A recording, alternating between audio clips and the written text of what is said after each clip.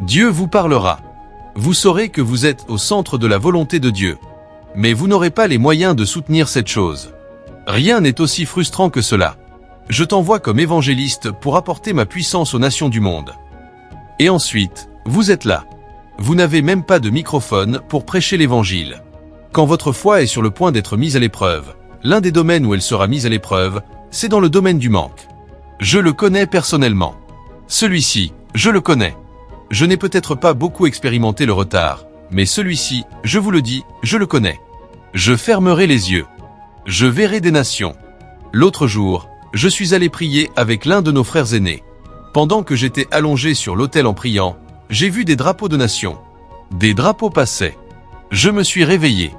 Je lui ai dit, voici ce que j'ai vu. Nous nous sommes tenus la main et avons prié. Je me suis rallongé. J'ai eu un autre rêve. On m'a donné un parfum. On lui a donné un parfum. Son propre parfum avait une épée. Et cet homme est vraiment un intercesseur. Et mon propre parfum avait des drapeaux de nations. Mais devinez où j'étais. Je travaillais dans une école secondaire, gagnant 25 000 Naira par mois, parlant pendant 14 heures. Dans l'une des écoles, j'enseignais les mathématiques, j'enseignais la physique. Quand le professeur de sciences intégrées n'était pas là, ils me l'ont ajouté. Quand je rentrais à la maison, ma tête tournait. J'enseigne la physique en SS3, j'enseigne les mathématiques en SS2, j'enseigne la physique en SS1, puis je vais en test 2 et j'enseigne les sciences intégrées. Si vous rentrez à la maison, votre tête sera comme un ballon de football que les 22 joueurs ont fini de jouer et qu'ils vous ont mis autour du cou. 14 à 16 heures chaque mois. Quand vous finissez, 25 000. C'est 25 000. Ils coupent 20 Naira pour chaque jour où vous êtes arrivé en retard. Ils l'ont amélioré à 15 Naira. Donc, vous ne pouvez même pas collecter les 25 000. Parfois, c'est 18 000 que vous ramenez à la maison. Sur les 18 000, vous avez payé 8 000 pour le mototaxi dans le mois. Donc, vous engagez un mototaxi qui vous emmène à l'école et vous ramène. À la fin du mois, vous collectez ces 18 000. Vous donnez à la personne 8 000. Vous rentrez à la maison avec 10 000. Et ces 10 000, parfois les dettes en ont mangé plus de 9 000. Donc, à la fin du mois, même votre dîme nécessitera de la foi pour la sortir. Mais Dieu a dit qu'il irait dans les nations. Toutes les personnes en qui nous avons fait confiance. Mon seul oncle que nous pensions tous être le sauveur. Ils l'ont promu officier de prison, lui ont donné une voiture. Il rentrait à la maison, a eu un accident et est mort. Donc, vous tournez à gauche, aucun soutien, tournez à droite, aucun soutien. Mais la Bible dit qu'il appelle les choses qui ne sont point comme si elles étaient. Vous savez, certains d'entre vous ne savent pas comment cela fonctionne. Ce que Dieu vous a dit arrivera. Mais le jour où vous réaliserez que ce n'est pas l'argent qui sponsorise la destinée, c'est la foi, c'est le jour où vous vous réveillerez. Vous chercherez de l'argent. Vous ne le trouverez pas. Aussi important qu'il soit, c'est la foi qui apporte l'argent. S'il vous plaît, asseyez-vous. Et qu'en est-il de Daniel? Jeté dans la fosse aux lions. Jésus a dit, « Heureux serez-vous quand les hommes vous persécuteront à cause de votre foi. » Quand la foi attire la persécution, célébrez. Ils n'ont pas lu au sujet des apôtres. Actes chapitre 4. Quand on les a appelés, on les a fouettés. Ne prêchez plus au nom de ce Christ. La Bible dit qu'ils sont retournés vers leur compagnie et ont célébré d'avoir été jugés dignes d'être persécutés pour Jésus. Les épreuves de la foi. La foi parfois avec de courtes pauses contre vous. La foi parfois vous jettera dans la fosse aux lions. La foi parfois vous attirera dans la fournaise de feu. La foi n'ouvre pas seulement des portes. La foi ferme aussi des portes. Il y a des endroits où vous allez parce que vous appelez Jésus, on vous reléguera à l'arrière. Mais l'excellence de la foi, c'est que tout ce que vous avez perdu dans le temps, Dieu a une façon, par la restauration au bon moment, de couvrir toutes ces choses. Quand vous regardez la vie de Joseph, vous pensiez que ces 13 années étaient un gaspillage. Depuis qu'il a été vendu par ses frères jusqu'à ses jours dans la maison de Potiphar, environ 11 ans, jusqu'au temps en prison, environ 2 ans, vous pensiez que c'était une perte de temps. Mais quand Dieu s'est manifesté, même Potiphar n'était plus qualifié pour se tenir devant Joseph. Donc, les choses que vous perdez, vous ne les perdez pas. Dieu les agrège pour vous. Au bon moment, elles apparaîtront. C'est pourquoi, peu importe la persécution, ne reculez pas, laissez les gens rire. Cela fait partie de l'histoire. Laissez-moi vous montrer des Écritures. Daniel 3 verset 17. 3 jeunes Hébreux, Shadrach, Meshach et Abednego. Quelle était leur erreur? Ils ont dit qu'ils ne se prosternent devant aucune autre chose que Dieu. Êtes-vous sérieux? Quand leurs ennemis ont voulu les traiter, ils sont allés vers le roi et ont dit au roi, « le niveau de gloire que Dieu t'a donné, il est grand temps que tu construises une image pour que tout Babylone se prosterne devant elle. » Il faisait tout cela à cause de Shadrach, Meshach et Abed-Négo. Et quand le roi l'a fait, ils ont dit, « Il sera annoncé. Quiconque ne se prosterne pas ira dans le feu. » Donc, sachez le verdict dès le début. Pendant ce temps, ces types marchaient avec Dieu. Dieu leur avait parlé. Quand ils sont venus devant le roi, voici leur réponse. « Voici, notre Dieu que nous servons peut nous délivrer de la fournaise ardente. » Voyez-vous l'écriture? Fournaise ardente. Chacun d'eux suffit à terroriser. Il a dit, « Mais il nous délivrera de ta main. » Verset 18. C'est là que vous verrez la ténacité de la foi. Vous savez, ces types savaient quelque chose. Ils n'étaient pas des bavards. Il a dit, « Et quand cela n'arriverait pas, sache, ô roi, que nous ne servirons pas tes dieux, et que nous n'adorerons pas la statue d'or que tu as élevée. » Numéro 1. Vous ne parlez pas à un roi comme cela. Numéro 2. Pas à un Nebuchadnezzar. Numéro 3. Pas sur des questions de son Dieu. Et Nebuchadnezzar a dit, « Quoi? Vous êtes si hardi? Nous verrons votre hardiesse à travers la persécution. » Et il a dit, « Ce feu dont nous avons parlé, allez le rendre 7 fois plus chaud. » Allez au verset 19. Vous ne connaissez pas la persécution. Vous ne connaissez pas la foi. Quand on nous élevait à l'époque, on nous disait, « Si votre foi n'a pas encore attiré de persécution, votre christianisme n'est pas encore là. » Ce n'est pas ce christianisme de nouvelle génération où chaque fois que nous nous rassemblons, pain, percé. C'est pourquoi nous ne pouvons pas élever des hommes. Toute notre idée de la foi, c'est « Dieu le fera, Dieu le fera ». Il y a des fois qui survivent à la persécution.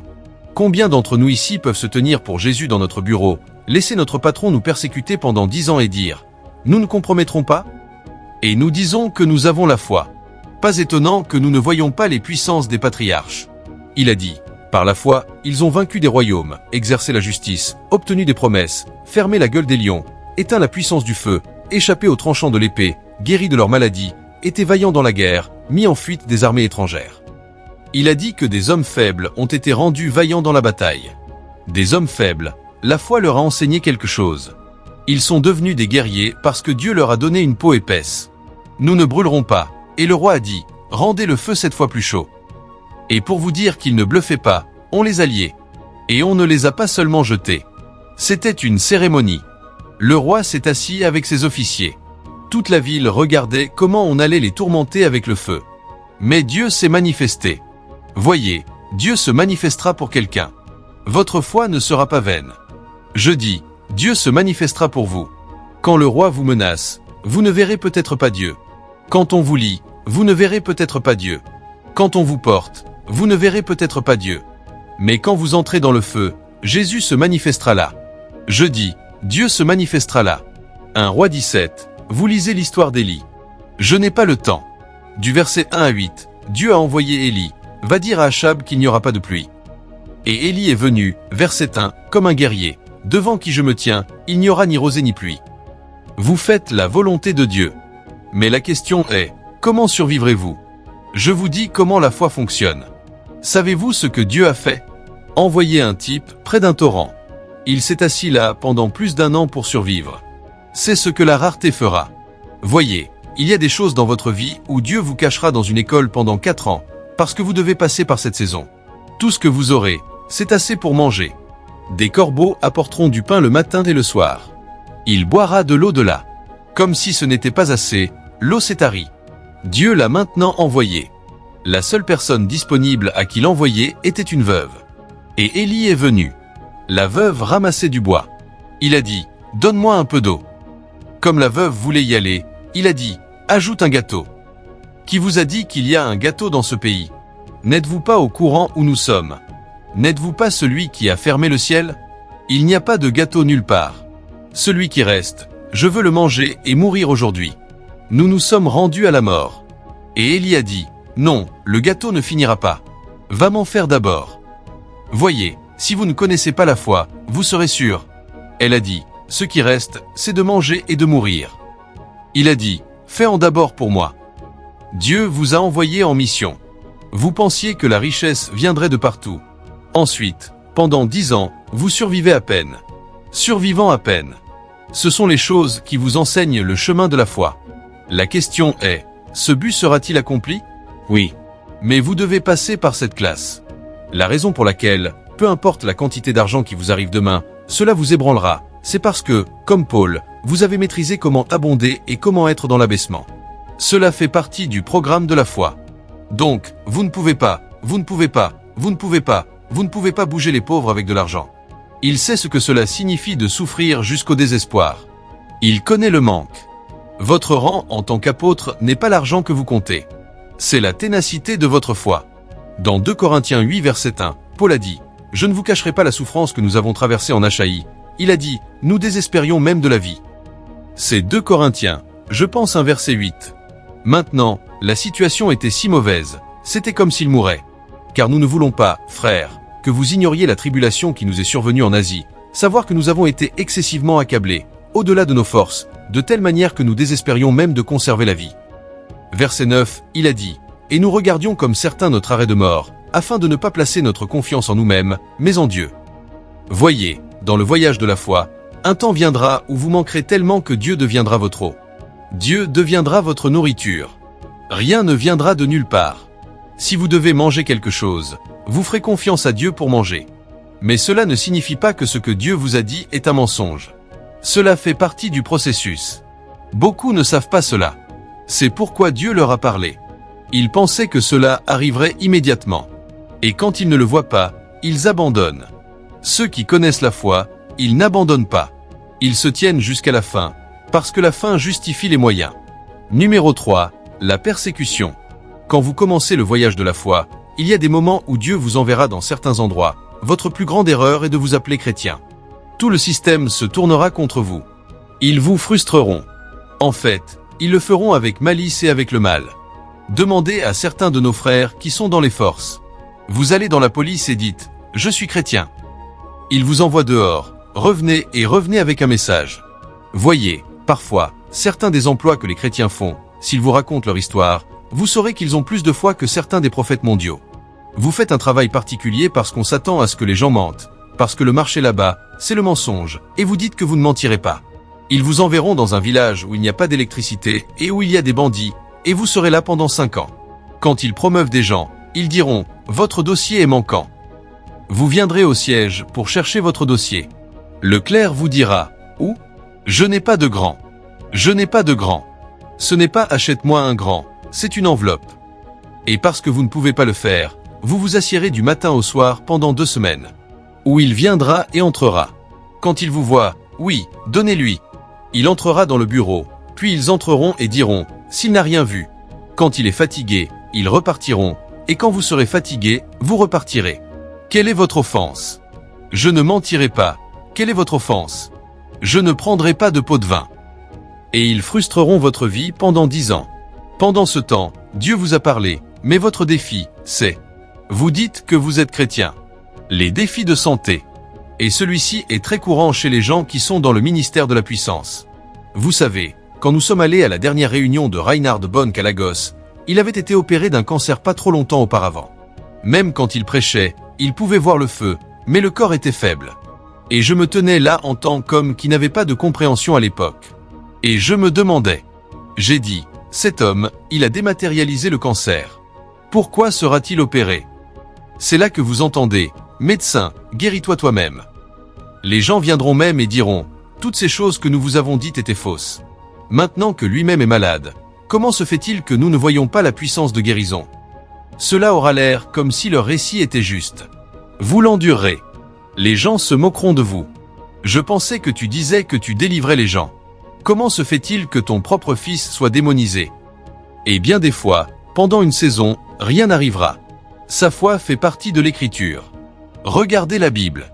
Job chapitre 1. La Bible commence cette écriture en nous disant les credensiales de Job. Job 1 verset 1. Il y avait dans le pays d'Uz un homme appelé Job. Et cet homme était intègre et droit. Il craignait Dieu et se détournait du mal. C'était un homme qui marchait avec Dieu. Mais il y avait un défi, et Job n'en était même pas conscient. Satan est allé vers Dieu. N'est-ce pas parce que tu le bénis qu'il t'adore? Si tu ne le bénissais pas, t'adorerait-il? Dieu a dit, cet homme m'aime plus que les rêves. Satan a dit, ce n'est pas vrai. D'accord, va l'essayer. Il est allé. Un jour, toute sa richesse et ses enfants ont disparu. Vous serez là, demandant où il prie. Pourquoi n'as-tu pas vu quand Satan voulait attaquer ton âme? Si vous n'avez pas entendu, vous ne connaissez pas la foi. Si des choses vous arrivent et que tout le monde vient compatir avec vous, vous n'êtes pas un homme de foi. Cela signifie que vous n'avez pas dit des choses robustes auparavant. Ils vous montreront, vois, comment se fait-il, 7 de tes enfants, tu n'en as pas vu un. Vous garderez le silence et laisserez l'humilité envahir. Comme si ce n'était pas assez, Satan est encore venu et a affligé un homme. N'es-tu pas celui qui disait ici que Christ en vous est l'espérance de la gloire? N'es-tu pas celui qui criait et chantait, si le même esprit qui a ressuscité Jésus d'entre les morts habite en nous, il vivifiera nos corps mortels?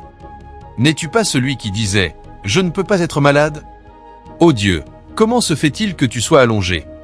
Vous vous tournerez vers Dieu et vous vous mordrez le doigt. Mais voyez, il sera trop tard pour douter de Dieu.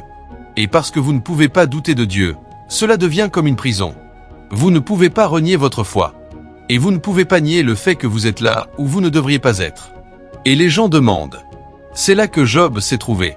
Cela s'appelle l'épreuve de la foi. Votre santé sera attaquée. Vos proches seront attaqués. Regardez Paul, puissant apôtre. La Bible dit que Paul était à Lystre. Il prêchait. Un homme qui était impotent depuis le lit regardait. Et Paul aperçut qu'il avait la foi. Et Paul lui a dit, lève-toi. Et un homme paralysé s'est levé et a commencé à marcher. Mais Timothée, qui était le disciple de Paul, était malade. Devinez ce que Paul a dit?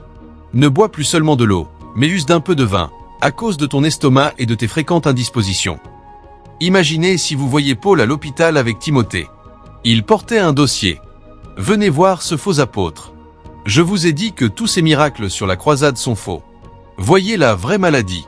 Il ne peut rien faire. Où aller? N'appelez pas l'hôpital. Les épreuves. 1 Timothée 5, versets 22 et 23. Vous savez, je me suis demandé comment Paul s'est senti quand il a écrit cela à Timothée.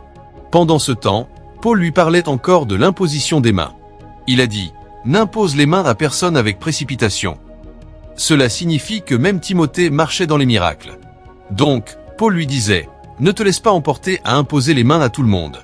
Sois sage afin de ne pas participer au péché des autres. Pourtant, le type était malade. Donc, vous imposerez les mains à quelqu'un et crierez, je suis guéri. Vous vous tournez, vous vomissez. C'est la foi. Paul, Dieu, puissant apôtre, a guéri les malades, mais son propre disciple était malade. Il a dit, ne bois plus seulement de l'eau, mais use d'un peu de vin à cause de ton estomac et de tes fréquentes indispositions. Donc, Timothée était malade. Paul était impuissant bien des fois. Ils ont dû chercher un médecin pour les conseiller. Récemment, quelqu'un a dit, ces pasteurs ont des médecins. J'ai dit, vous ne connaissez pas la foi. Si vous connaissez le voyage de la foi, vous le saurez. Il n'y a aucune loi qui dise que vous ne devriez pas avoir de médecin. Mais que les médecins soient présents ne signifie pas que vous devriez arrêter de faire confiance à Dieu à cause de vos fréquentes indispositions. Jacques 1, versets 2 à 4. Il a dit, mes frères, regardez comme un sujet de joie complète les diverses épreuves auxquelles vous pouvez être exposés. Verset 3, il a dit, sachant que l'épreuve de votre foi produit la patience. C'est dans l'école de l'épreuve que la foi produit le caractère. Beaucoup de gens font naufrage dans le voyage de la foi parce qu'ils ont exclu l'épreuve. Il a dit, mais que la patience est une œuvre parfaite, afin que vous soyez parfaits et accomplis, ne manquant en rien. Quiconque n'a pas atteint la classe de l'épreuve, il y aura beaucoup de défauts dans sa manifestation de la foi. 1 Pierre 1 verset 7. Tous les apôtres savaient cela. Tous. Allez au verset 6. Commençons de là. Je veux vous montrer que cette chose que vous traversez ne signifie pas que vous n'obtiendrez pas de réponse. Je veux vous montrer que cette chose que vous traversez ne suggère pas que Satan est plus puissant que Dieu. Je veux vous montrer que cette chose que vous traversez ne devrait pas vous suggérer que Dieu vous a abandonné. Vous êtes juste dans une classe appelée épreuve de la foi. Et plus tôt vous le comprendrez, mieux ce sera. Il a dit, c'est là ce qui fait votre joie, quoique maintenant, puisqu'il le faut, vous soyez attristés pour un peu de temps par diverses épreuves. C'est Pierre qui répète presque ce que Jacques a dit. Verset 7, il a dit, afin que l'épreuve de votre foi, plus précieuse que l'or périssable, qui cependant est éprouvée par le feu, ait pour résultat la louange, la gloire et l'honneur, lorsque Jésus-Christ apparaîtra. La raison pour laquelle les géants de la foi seront commentés par Christ, ce n'est pas seulement à cause des résultats qu'ils ont. C'est aussi à cause du caractère qu'ils ont soutenu tout en ayant ces résultats. Bien des fois, Dieu peut ne pas être glorifié par votre manifestation. Il y a des moments où vos manifestations glorifieront Dieu. Mais bien des fois, votre caractère dans votre manifestation est ce qui glorifie Dieu.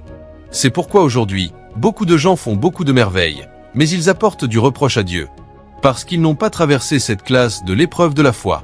Il dit, comptez-le comme une joie complète. Voyez, cette classe parfois, le droit peut être si mauvais que les gens se moqueront de vous et vous diront, nous pensions que tu disais que tu es un homme de Dieu.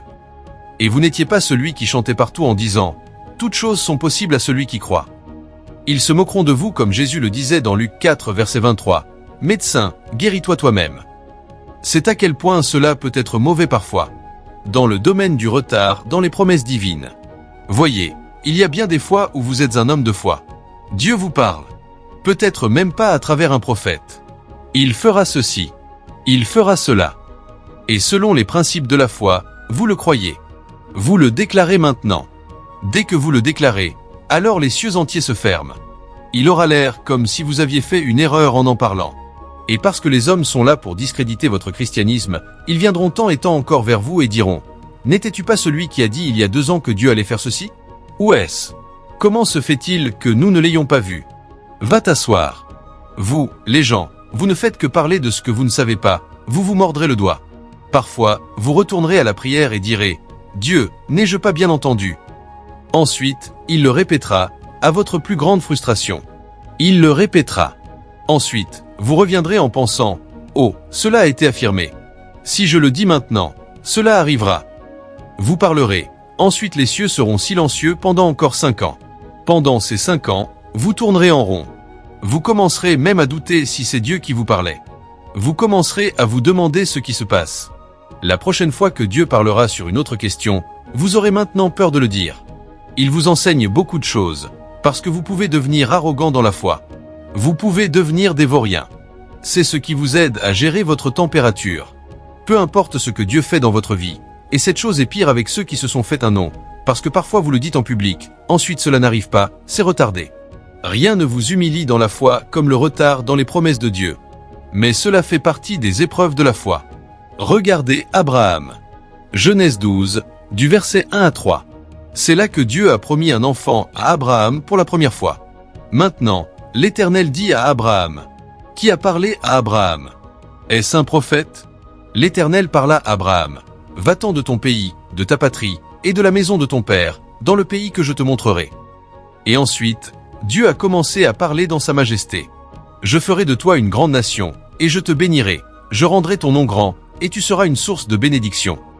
Verset 3. Je bénirai ceux qui te béniront, et je maudirai ceux qui te maudiront, et toutes les familles de la terre seront bénies en toi. Le verset 2 est là où se trouve la promesse. Je ferai de toi une grande nation. Cela signifie que des nations sortiront de toi. C'est ce que Dieu a dit à un seul homme. Je ferai de toi une grande nation. Ce type avait 75 ans, pas d'enfant. Maintenant, il sortira et dira, écoutez, des nations sortiront de moi. Et les gens vous regardent. Toi, oh, cette importance et la stérilité de Sarah ne t'affectent pas, peut-on suggérer. Donc ta famille se rassemble maintenant et dit, toi, viens. Ensuite, il parle. Quand tu viens, il s'arrête. Ensuite, une personne se lève et fait un discours de la manière la plus gracieuse. Nous avons vu que ce que tu traverses a été difficile pour toi, et nous comprenons que tu es vraiment un homme fort. Mais ne t'inquiète pas, nous avons pris des dispositions pour que tu partes en vacances, et ensuite, certains de nos amis de la famille qui sont médecins viendront juste vérifier. Vous savez ce qu'ils vous disent poliment. De la façon dont tu vas maintenant, nous suggérons que la folie est entrée dans l'affaire. Pour aggraver les choses, le type quitte son pays, il quitte sa parenté, il renonce à sa famille. Même si tu dois être une grande nation, au moins reste connecté à ta famille maintenant. Dois-tu te déconnecter de ta famille pour être une nation? C'est ce que Dieu lui a dit. Tu n'as eu personne, celui que tu as, tu veux le couper. Y a-t-il quelque chose qui ne va pas chez toi? Abraham a lutté et lutté quand il a commencé à questionner Dieu. Genèse 15, versets 5 et 6. Cette fois-ci, Dieu n'a pas seulement parlé. La Bible dit, et l'Éternel le fit sortir, et dit, regarde vers le ciel, et compte les étoiles, si tu peux les compter. Et il lui dit, telle sera ta postérité. Abba, Père, je sais que tu es Dieu. Je t'honore. Mais la dernière fois que j'ai dit cela, ils m'ont traité de fou. Je n'ai pas eu un seul. Tu me dis que mes enfants seront aussi nombreux que les étoiles. Commençons d'abord par un. Aucun résultat. Dieu parlait encore. C'est ainsi que fonctionne la foi. Ce sont des menteurs. Il y en a parmi vous assis là. Dieu vous a dit que vous aurez un ministère mondial. Vous avez jeûné pendant 19 ans. Le ministère n'est pas venu. Et quand vous vous êtes humilié pour soutenir ceux qui sont dans le ministère, ils vous traitent comme un chiffon. Vous retournez maintenant vers Dieu et vous criez. Et Dieu dit, ne t'inquiète pas, continue. Ton ministère est un ministère mondial. Certains d'entre vous ici, Dieu vous a dit que vous serez riche et que vous sponsoriserez son agenda. Vous l'avez écrit sur votre statut il y a 7 ans. Au moment où nous parlons, vous mendiez pour le loyer. Et la personne à qui vous demandez de l'aide dit « Ah, j'ai vu ce statut. N'es-tu pas celui qui sponsorise? Pourquoi ne pas commencer par ton loyer ?» Cela s'appelle l'épreuve de la foi. Savez-vous qu'il a fallu 25 ans pour qu'Isaac vienne? 25 ans, des années solides. Avant, ce n'est pas un prophète. S'il est un prophète, vous dites « Caille, ce prophète n'est pas très fort. Peut-être qu'il n'a pas bien vu. » C'était le Tout-Puissant lui-même qui a parlé. Il a fallu 25 ans. Maintenant, savez-vous la frustration? Pendant qu'Abraham attendait cela, Dieu faisait d'autres choses. Mais celle qu'il voulait le plus, celle-là a pris 25 ans. L'épreuve de la foi. Voyez, je ne sais pas ce que Dieu vous a dit. Je ne sais pas où vous l'avez déclaré. Cela a peut-être même été embarrassant pour vous. Mais écoutez ceci. Ce message est venu pour votre élévation. Dieu m'a envoyé pour déclarer aujourd'hui que la saison de votre réponse est arrivée. Les promesses retardées. Et qu'en est-il de Joseph? Genèse 37, versets 5 à 11. Un jeune garçon était assis tout seul. Il n'a rien demandé. Il ne priait même pas de lui-même. Il était là.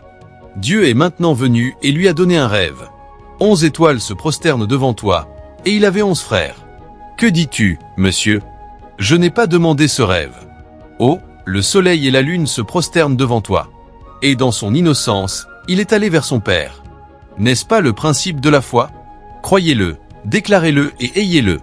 Papa, voici ce que j'ai vu. Le père l'a réprimandé. Tu veux dire que je me prosternerai devant toi? Sais-tu le sens de ce que tu dis? Je ne sais pas. Mais c'est ce que Dieu m'a montré. Les frères ont juré.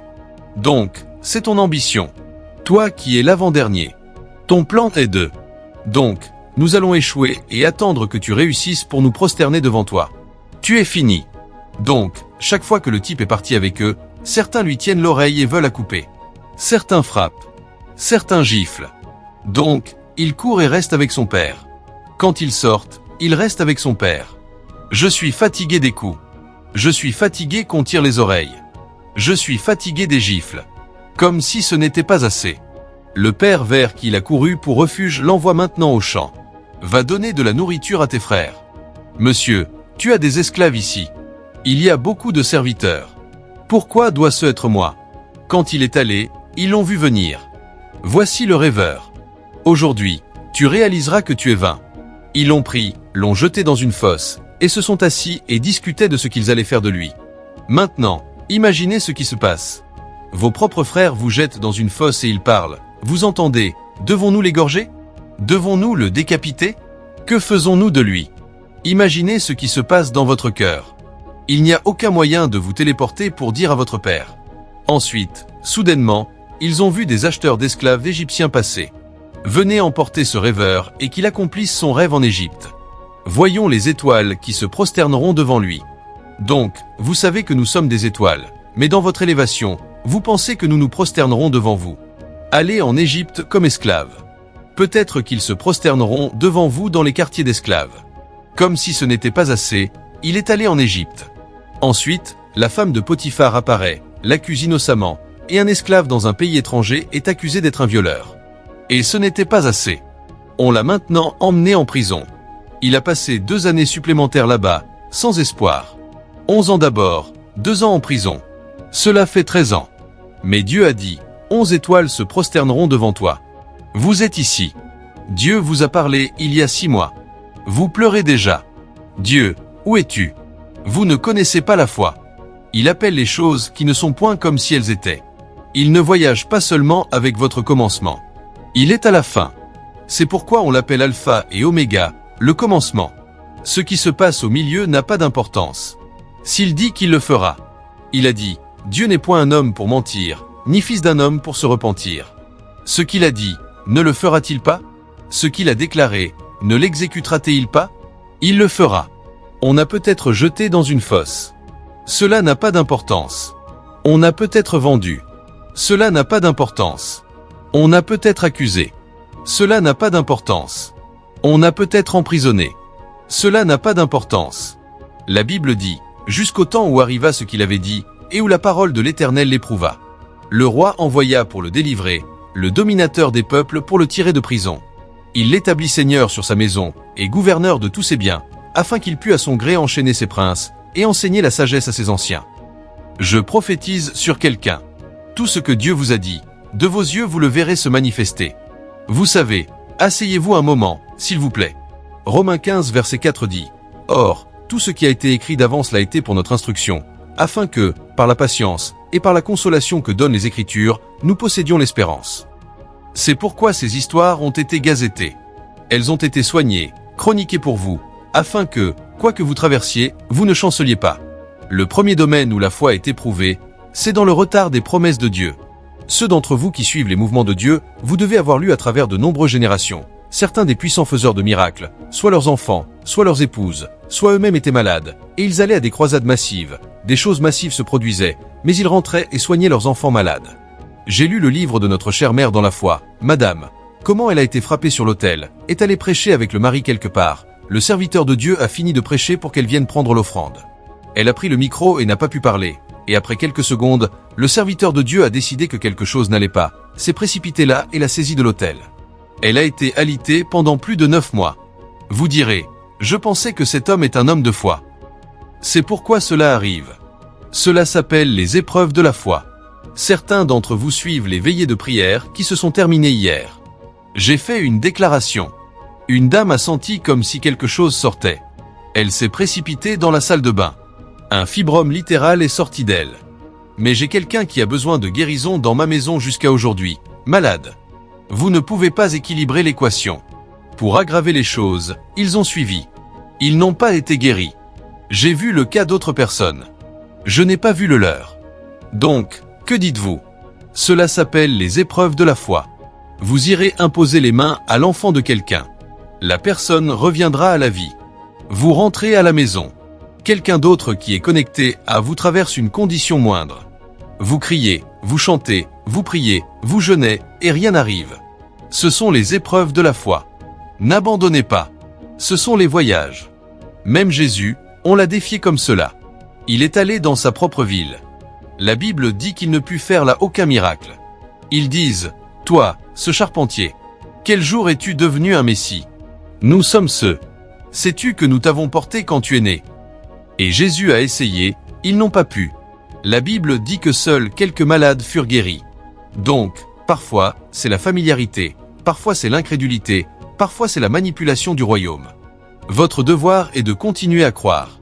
Numéro 5. L'épreuve de la foi, c'est la perte des êtres chers. Il y a des moments où les gens que vous aimez mourront. Dans des situations où vous ne pourrez pas vous pardonner. Vous pleurerez et pleurerez et pleurerez. Vous supplierez Dieu. Seigneur, si tu fais cela, toute ma vie, je te servirai. Ils mourront quand même. Je pense que c'était soit Oral Roberts, soit Kenneth Hagin, j'ai oublié. Ils ont dit qu'il a perdu son fils, et pendant de nombreuses années, il a pleuré.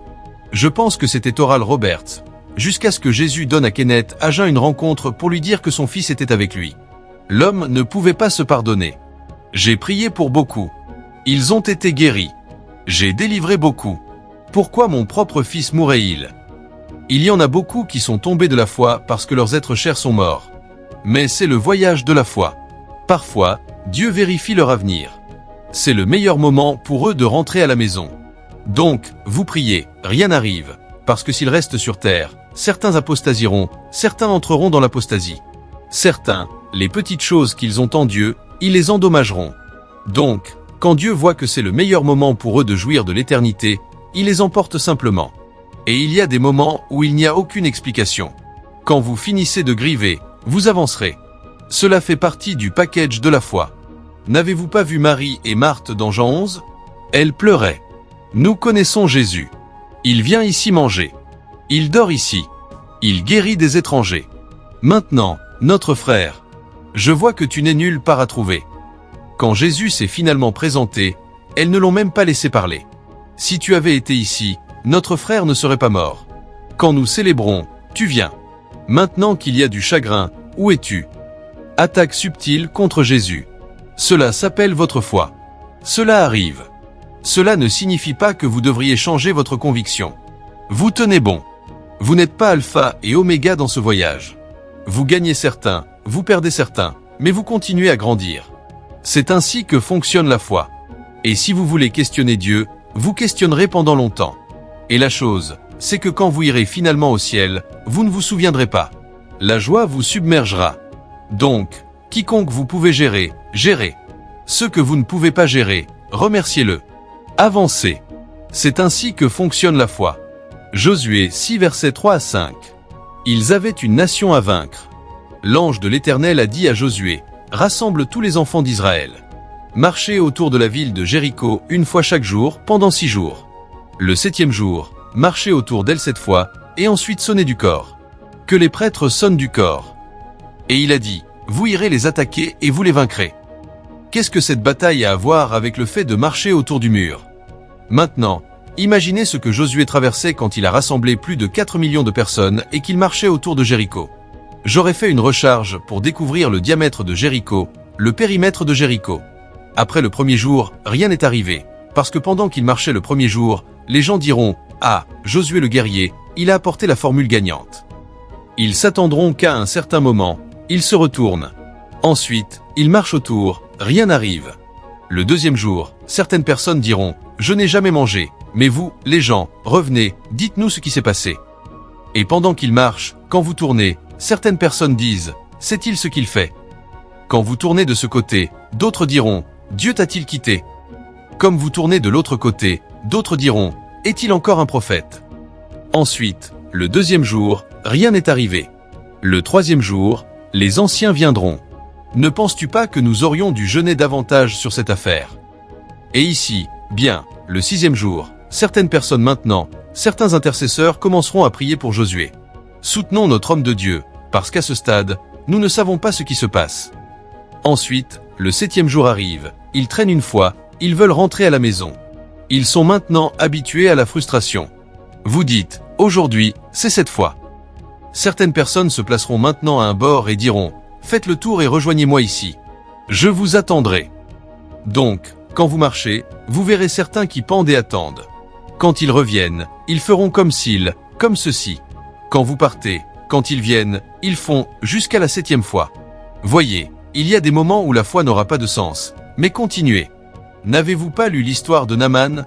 Plonge-toi cette fois. Le roi a regardé le prophète. Numéro 1, le prophète n'a même pas eu la courtoisie de sortir. Il a envoyé quelqu'un vers lui. Je suis un général. Je suis venu de loin. Tu ne peux même pas me voir. Et ensuite, tu m'envoies à une rivière. N'avons-nous pas de rivière d'où je viens? Le serviteur a dit, tu es ici. Fais le juste. Il s'est plongé une fois, rien n'est arrivé. 2 fois, rien n'est arrivé. 2 fois, rien n'est arrivé. La plupart d'entre vous ne savent pas que quand la foi n'a pas de sens, c'est là que la foi est puissante. Il y a des gens qui se sont arrêtés la 5e fois. Il y a des gens qui se sont arrêtés la 6e fois. Ils n'ont jamais fait la 7e. Mais le miracle est à la 7e fois. Quand la foi n'a pas de sens, ce que vous vous dites, c'est « Je ne murmurerai pas jusqu'à ce que j'arrive à la fin ». Parce que quand vous murmurez, Dieu l'appelle un cœur mauvais d'incrédulité. Il leur a dit qu'ils arriveraient dans la terre promise. Quand ils ont murmuré, il a dit « Je vous ai entendu ». Chaque jour devient une année. La raison pour laquelle pour certains d'entre nous, notre voyage dans le désert est devenu plus long, c'est parce que, bien que cela n'ait pas de sens, au lieu de garder le silence, nous avons commencé à parler contre Dieu, et Dieu l'a interprété comme un mal. Si vous êtes un faux géant, il y a bien des fois où cela n'aura pas de sens. Et je ne donne pas de licence pour toutes ces actions prophétiques étranges. Ce n'est pas ce que je dis. Cela peut ne pas avoir de sens, mais cela ne signifie pas qu'il défiera le caractère de Dieu. Même s'il n'a pas de sens, il ne défiera pas le caractère de Dieu. Je ne parle pas de tous ces prophètes qui disent aux femmes de s'agenouiller sur l'autel. Ce n'est pas ce que je dis. Mais je dis qu'il y a des instructions que Dieu vous donne qui défieront la logique, cohérente avec son caractère. Oui, mais qui défieront la logique. Cela vous mettra au défi quand Dieu parlera comme cela. Certains d'entre vous qui êtes avares, il y a des moments où Dieu veut vous bénir. Il vous dit maintenant, rassemble toutes tes économies. Apporte-les à un orphelinat. Et vous commencerez maintenant à pleurer, parce que c'était le mois où vous avez fait votre plus grand profit. Vous direz, pourquoi n'était-ce pas il y a 2 mois, quand il n'y avait rien dans mon compte? Quand tu ne m'as pas donné d'instruction, j'étais béni. Est-ce maintenant que je suis béni que tu me donnes une instruction? Oui, cela s'appelle la foi. Genèse 39, verset 9. Ils disent, comment ferais-je un si grand mal et pécherais-je contre Dieu? Beaucoup de gens disent qu'ils marchent dans la foi, c'est un mensonge. Dès que le compromis entre, ce n'est plus de la foi. À l'époque, quand nous étions sur le campus, nous avons commencé à voir des choses étranges. Le week-end finissait, ensuite des sœurs se présentaient. Dieu m'a béni avec un BlackBerry. Pendant le week-end. Frère, aidez-moi à remercier ce Dieu. Il vient juste de me bénir avec une tablette Android. Quand elle parle, vous perdrez votre paix. Vous. Je crois que Dieu peut, mais cela vous dérangerait-il de partager avec nous comment? Pendant ce temps, cette sœur a voyagé à Kaduna, a voyagé à Lagos avec un allergique. Donc, Dieu l'a bénie, c'est de l'immoralité. Elle est allée commettre, et l'allergique lui a donné de l'argent pour le BlackBerry. C'est 3 mois plus tard, quand elle commence à se quereller avec ses amis. Ensuite, vous entendez maintenant, vous, les gens comme vous, comment, quoi? Dites-nous en plus. Dites-nous en plus. Nous devons entendre cette chose, parce que c'est une couverture. Attendez, quoi? Vous voyez, soudainement, la sœur devient pieuse. C'est bon. Je vous pardonne. Non, ne pardonnez pas. Quoi? Écoutons toute l'histoire. Oui. Que s'est-il passé? Vous n'entendrez pas oublier. Il y a 3 mois, elle est allée à Lagos. Nous le savons. Ce n'est pas de la foi. Si vous changez des chiffres au bureau et construisez une maison, ce n'est pas de la foi. Si vous compromettez pour obtenir un résultat, ce n'est pas de la foi. La foi est pure. Et ceux qui passent par la foi, bien des fois, ils ont échoué avant d'obtenir des réponses. Mais la raison pour laquelle ils sont arrivés sur la montagne des réponses, c'est parce que, quand ils échouaient, ils ont aussi refusé de compromettre. Personne qui compromet ne peut être un enfant de la foi. Joseph a refusé. Daniel a refusé. Daniel 1 verset 8. Nous ne compromettrons pas pour nous souiller en mangeant de la portion d'aimé du roi. Essayez-nous. Voyez, écrivez ces choses. Méditez-les. Il y en a peut-être trop pour que vous les appréhendiez. Maintenant, écoutez ce message encore. Écrivez-les. Vous vérifierez dans votre voyage que vous rencontrerez beaucoup de ces choses en voyageant avec elles. Le jour où vous perfectionnerez toutes ces batailles, vous pourrez vous tenir comme Samuel et dire « Je lève mes mains vers le ciel. Il n'y a aucun homme ici qui puisse m'accuser. » Et pour vous prouver que je suis un prophète, que la pluie tombe en saison sèche, et cela arrivera. C'est la puissance de la pureté qui parle. Il dit « Je n'ai jamais pris une lampe de l'un de vous. Je n'ai jamais pris une pot de vin de l'un de vous. J'ai servi dans la pureté en tant que prophète. Si j'ai fait quelque chose de mal avec quiconque, que cette personne témoigne. Je lève ma main vers le ciel. » C'est un homme de foi qui parle. Si je vous dis que j'ai prospéré, Dieu m'a fait prospérer. Si je vous dis qu'il y a un miracle, Dieu l'a fait. Il n'y a aucune manipulation nulle part. La foi est mise en valeur dans l'excellence de la pureté.